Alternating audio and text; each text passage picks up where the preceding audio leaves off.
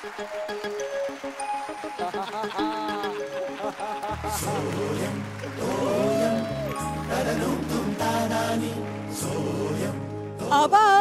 ओ आबा, आबा कुठे आहे तुम्ही?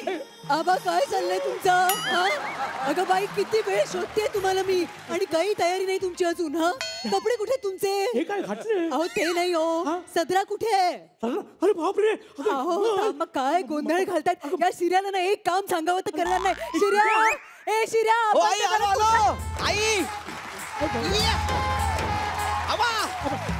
अरे हाल पटते ना त्यांना. गाढवा तुला कधी आणायला सांगितलं होता, तुम्ही हे आता आणतोय सोय. थांबा. अरे बापरे, एक मिनिट. हे घ्या. वा वा वा, आता बरं वाटतंय. ए दिसतोय का नाही मी एकदम असा फिट अँड फाईन? हो आबा, 40ल्या लोकांना लाजवाल इतके हँडसम दिसताय तुम्ही. आबा एक सेल्फी घेऊया मस्त पैकी. पण मला ते तुमचं ते हे असं करतात ना ते येत नाही रे. ते मी करतो ना. पण फक्त सेल्फी घेऊया. काय चाललंय रे गाढवा तुझं? मदत म्हणून नाही तुझी, काय चाललंय हे? अगं आई, आज आपण पहिल्यांदाच दाढी वाढलेली आबा आणि केस वाढलेला शिऱ्या बघतोय ना. दिलीप भैया सॉरी, थोडी कंटिन्युटीचा प्रॉब्लेम झाला म्हणून. सॉरी, आमच्या एवढ्या चुका तुम्ही पोटात घातल्यात, ही काय खूप मोठी चूक नाही आमची. म्हणून म्हणलं कसं वाटतंय म्हणून सेल्फी काढलाय. चल आता पटकन आटप गौऱ्या. गौऱ्या काय शिर्या? हे तू लक्षात ठेव, पण होतोय गौऱ्याच. तुझं होतंय काय माहितीये का, तुझा ना पात्राचा अभ्यास थोडा कमी पडतो. जसं काय ह्यांचा झालाय. आता हेच पदरी पडलंय आपल्या. पण मी काय म्हणते, त्यांचं थोडं कॅरेक्टरच्या जवळ तरी जातंय. तू ना शिऱ्यात शिरण्याचा प्रयत्न कर थोडा.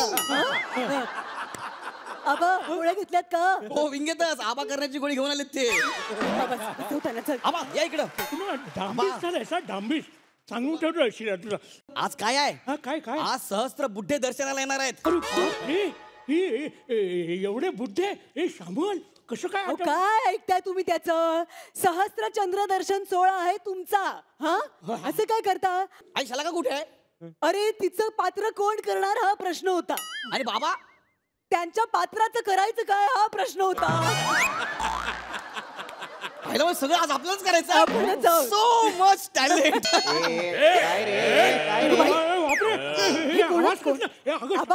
तुम्ही शांत व्हा बाबा.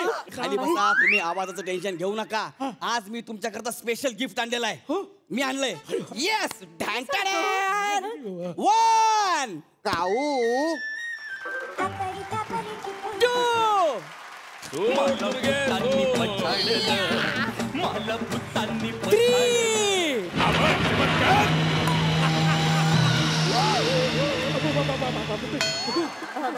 हा काऊ काऊ पोहोचलो बरं का मी. मोरूला सांग पोहोचलो, काळजी करू नकोस म्हणावं.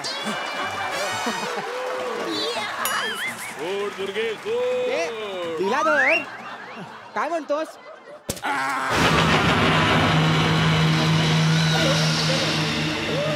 चमत्कार. महेश लक्ष्या, माझा आत्मा इथे. कोण आणलेस रे तू शिर्या? अगं आहे आबाच्या डायरीत ही 3 नंबर लिहून ठेवलेले होते. पुढे IMP लिहिलं होतं. मला वाटलं आबाचे इम्पॉर्टंट मित्र आहेत. अरे काढवा, ते मी इम्पॉसिबल म्हणून लिहिलं होतं. यांना कधीच आयुष्यात कॉल करायचं नाही असं लिहिलं होतं. त्यांनाच बोलवलं. आई आता काय करायचं? आता काय म्हणजे आबांचे मित्र आहेत ते. या बसा तुम्ही. नको नको काय नको, बसा तुम्ही. इकडे या थोडं. बसा. काका या. मी काय करते, चहा करून आणते तुमच्यासाठी. साखर चालेल ना? गोड सामल गोड. साखर मला चालेल. आमची काऊ चहात साखरच घालते. बरं मी आणते. त्यांना काय हवं नको ते बघ. आबा बसा तुम्ही. आले मी. तात्याचं आजोबा काय चहा घेणार? चहा नकोय मला. मग चहा नकोय मला, तुझं शरीर हवंय. हो आबा, कसले मित्र आहेत तुमचे? आता तुला कळेल मी इम्पॉसिबल का लिहिलं होतं. आता तू इथे शांत बस. मी एक मंत्र म्हणतो. काय काय मग माझा आत्मा तुझ्यात तुझा आत्मा नाही नाही माझा आत्मा तुमच्यात आहे. ओ, ओम भ्रीम व्रीम भगनी भुगे भागो तरी भगमासे ओम फट स्वाहा. अरे hello everyone I am Gaurav More from Om Filterpada. ओम फट स्वाहा. माझा आत्मा तुझ्यात तुझा आत्मा फिल्टर पाड्यात. अहो काय सांगू तुम्हाला, गेले महिनाभर पण आम्ही त्याच्यातला तोच काढण्याचा प्रयत्न करतोय, पण आम्हाला काही जमलेलं नाही. घ्या चहा घ्या तुम्ही. हा हे घ्या. काका घेता ना? घ्या.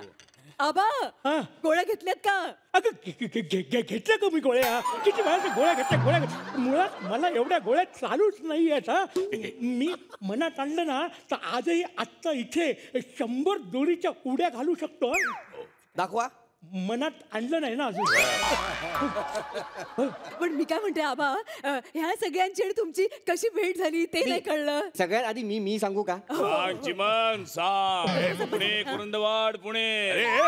काय आहे, आमची ओळख सगळ्यात जुनी बरं का. लीलाधर आणि मी मित्र. अरे कोण लीलाधर? गंगाधर.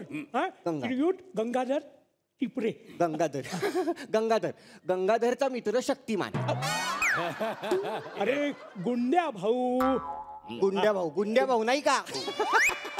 गुंड्या भाऊ आणि माझी जोडी नंतर खूप फेमस झाली. हा याचं आमच्या मोरूवर आणि तिच्या मुलीवर चिऊवर खूप प्रेम. अहो आमच्या चिऊने आज कविता पण केली आहे. आबा कविता. हो का? अरे वा वा कविता म्हणजे. ऐकवतो. आबा आमचे चिरतरुण झाले. गालात आमच्या हसू आले. दुडू बरं का. दुडू शिर्या दादा चाले. शिर्या कामाच्या व्यापात शामल हाले. वा काय चिव कविता आहे. छान कविता असं म्हणतोय तो. मस्त. चिवला आमचा निरोप द्या. छान कविता असं. चिवला अजून कसली हौस आहे? चिवला चित्रकला आवडते. हा मग तिला म्हणाव तेच कर, कविता नको. ते मस्करी करतायत. ओ काका हा तुमची आणि आबांची ओळख कशी हो? मी माझ्या मुलासाठी सोयरीक बघायला आलो होतो.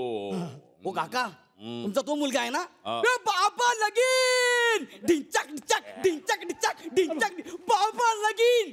आणि तुमचे ते हे काय मुनीम हा. किरकिरे हा. अलाक बरोबर ना? आपल्याला मगाशी तात्या विंचू जमला नव्हता. मग कशाला त्या किरकिरीची मिमिक्री करतो. काका ते सोयरीक म्हणत होता तुम्ही. स्थळ कोणाचं होतं? चला का नाव सांगितलं होतं यांनी मला. अहो आबा काय करताय तुम्ही हे? अगं ते ऐन वेळेला मला दुसरं नाव सुचलं नाही ग. पण जमलं नाही. ती दुर्गामध्ये आली. सोड दुर्गे सोड. तुझ्या तुळशी रुंदवनात निवडुंग वाढेल दुर्गे. स्कॉर्पिओ आजोबा. नाव नीट घे. सॉरी. तात्या तुमची आणि आबांची ओळख कशी हो? मला बाबा चमत्कारने मृत्युंजय मंत्र शिकवला होता, पण तुम्हाला पाठ होत नव्हता. म्हणून मी आबाकडे आलो. आबा मला शिकव मृत्युंजय मंत्र. शिकव आबा. म्हणजे आबांनी हा मंत्र म्हणायला शिकवलाय? आधी मी हा मंत्र लक्षावर चालवणार होतो, पण आता माझ्या लक्षात आलंय इथे अभिनय करून उपयोगाचं नाही, तिथे अभिनय करणं उपयोगाचं आहे. त्यामुळे हा मंत्र अभिनय. तुझा बेरडे माझ्यात, माझा परडे तुला. ओम भ्रीम भ्रीम भगे भागोदरी. चला अगं बाई कुठे गेली काका? ओ काका काका या. अरे केक आबा केक पाहिलात का? शलाकाने खास करून पाठवलाय तुमच्यासाठी. हो का? आज तुमचा सहस्त्र दर्शन सोहळा आहे ना म्हणून. अरे वा, 100 चंद्र पाहिलेस तू आबा. चमत्कार. कुठे रे या प्रदूषणात चंद्र कुठं दिसतोय का आपल्याला? हे म्हणजे एवढं सगळीकडे असं धूर धूर आहे ना की लोकांना हे धूर म्हणजेच धुकं वाटते बघ. ही लिंबुणीच्या झाडामागे चंद्राला लपायला ना लिंबुणीचं झाडच लोकांनी ठेवलेलं नाही. त्या जागी अशा मोठ्या मोठ्या अशा इमारती बांधल्यात बघ लोकांनी. आता चंद्राला बघायचं कुठे? अशा इमारतीच्या मागे जावं तर परत एक इमारत. पण आपला चंद्र दिसला असं म्हणायचं. ऐकलं का आबा? शलाकाने खास नाचणीचा केक पाठवलाय तुमच्यासाठी. बाप रे, तिला त्याच्या भाकऱ्या जमत नाहीत. केक कशाला केला? असू दे, या आपण केक कापूया सगळ्यांनी. कापूया. हा. हो. हा. अरे बापरे, वर लाव. फट कापा. बर का, आमच्या काऊने एकदा केक केला होता. त्यात चुरी गेली आणि ती अडकली, येईच ना बाहेर. मग त्या शेजारच्या मुलींनी नाटकात ढाल म्हणून वापरला. राहू द्या, केकचं राहू द्या. श्रेया, ऐक, आतमध्ये ना मी 1000 दिव्यांचं ताट तयार करून ठेवलंय. ते घेऊन ये बरं. हा, घेऊन जा, घेऊन जा. आण रे लवकर. मी बघते, हा.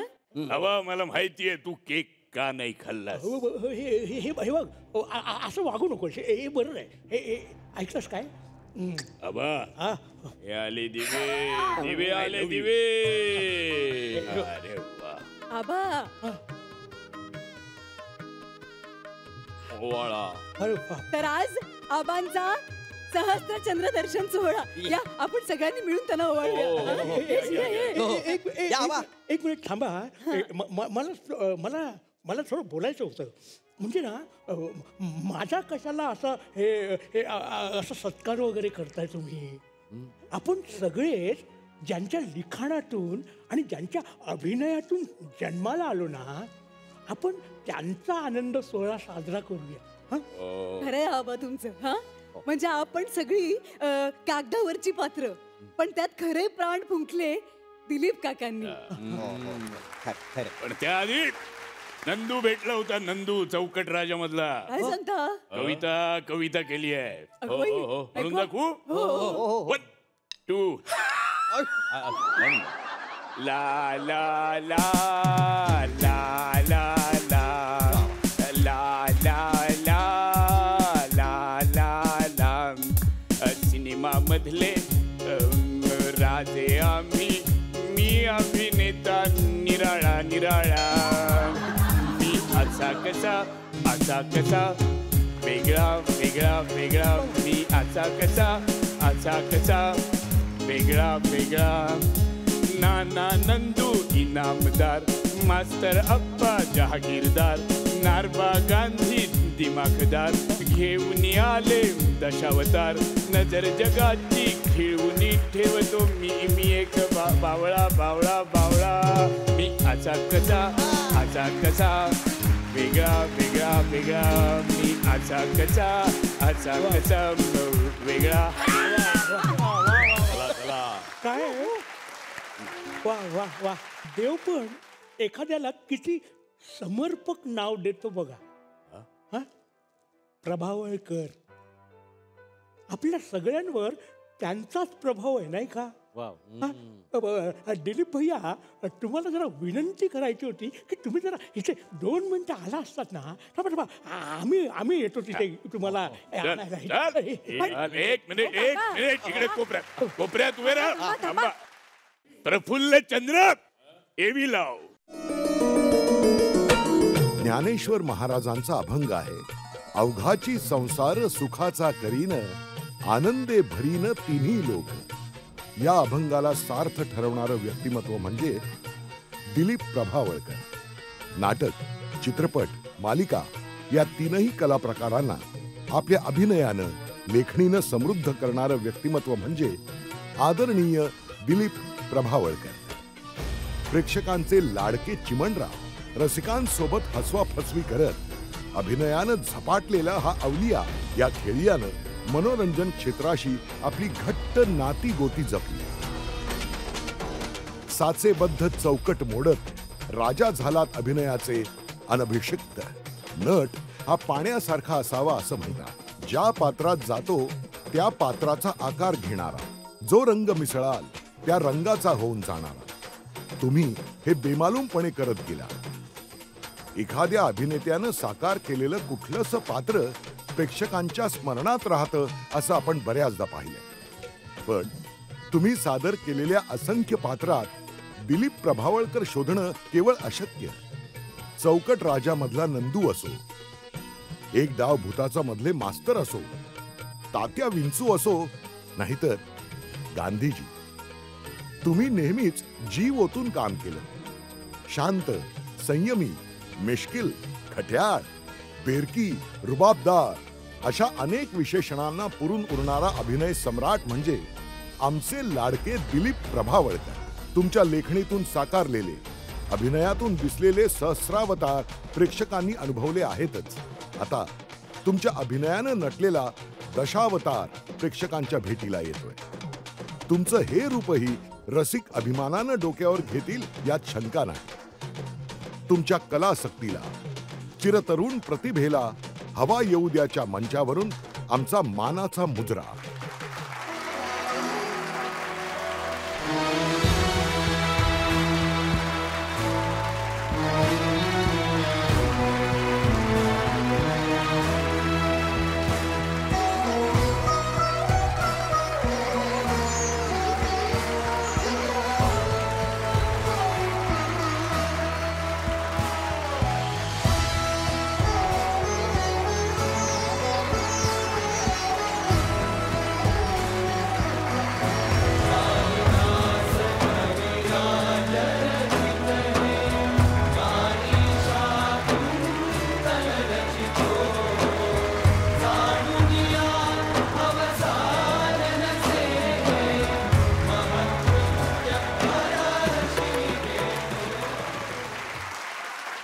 मला वाटतं सत्कार खूप होतात, वारंवार होतात, मोठे छोटे होतात. पण माझ्या पात्रांनी इतक्या समर्थपणे केलेला सत्कार मी पहिल्यांदा अनुभवतो, त्यामुळे मी खूप भारावून गेलो. असा सत्कार याच्या आधी झाला नव्हता आणि पुढे कधी होईचं मला वाटत नाही की माझीच पात्र आणि इतक्या समर्थपणे मी साकारलेली मला बघायला मिळतात. ते माझा सत्कार करतायत की ही कल्पनाच मुळात खूपच वेगळी आणि भन्नाट आहे. त्याच्यामुळे मी खूप भारावून गेलो आहे. आता मला आणखीन काही बोलता येणार नाही, पण मला वाटतं की हा सगळ्यात मोठा, सगळ्यात चांगला असा सत्कार माझा अजूनपर्यंत सत्कारांमध्ये होता असं मला वाटतं. त्यावेळेला मी अतिशय नम्रपणे कृतज्ञता व्यक्त करतो. Thank you very much.